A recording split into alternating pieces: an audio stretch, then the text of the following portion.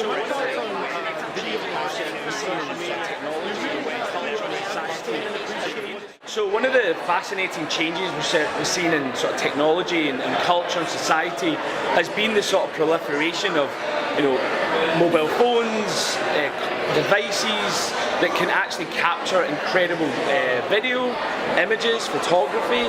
The apps that are being developed is now really empowered people now to create more content, to capture more content and to share that information. And what's amazing about that is everyone has the opportunity to really tell stories through video, through images and photography. But one of the interesting things that's probably going to happen is the qualities. Obviously, people are learning these new ways of creating content. Like 6 seconds in Vine is a new format. It's never existed before. Things like understanding, Instagram, how to apply filters, and I think we're going through a kind of phase of like a beta phase where we're really testing what these things can do. But going forward, I envisage that anyone within the traditional kind of media, television industry, who have that amazing skill of telling stories, can apply all that knowledge, but just in a different way through different types of technology, different applications. And for me, I think there's always this argument that technology and new formats and new media types is going to disrupt and destroy the old ones. I think it's definitely going to disrupt it, but I think it's in a positive way.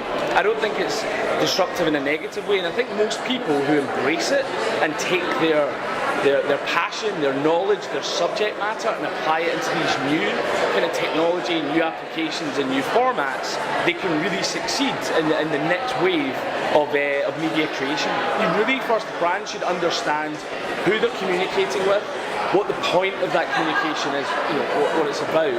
So once you really understand the narrative and the story, I think you apply it to different channels. Like, so in Vine, people want they want something high quality, but they also want something that's quite interesting and fun and something that's shareable. YouTube, I think, people don't have a huge amount of time, to spend watching. So really telling your story in the shortest time as possible. First, it makes it easier to watch, easier to share. You capture your audience in a better way, and I think that's really about. So for me, it's applying the creation of the content and applying it in the way where those networks have developed for. Because you can't really take one format and try and push it into those different channels. You need to understand them and learn from them.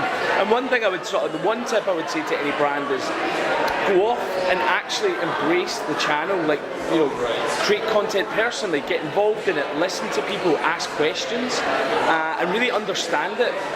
Don't just walk in there as a brand and try and own it through your own kind of content.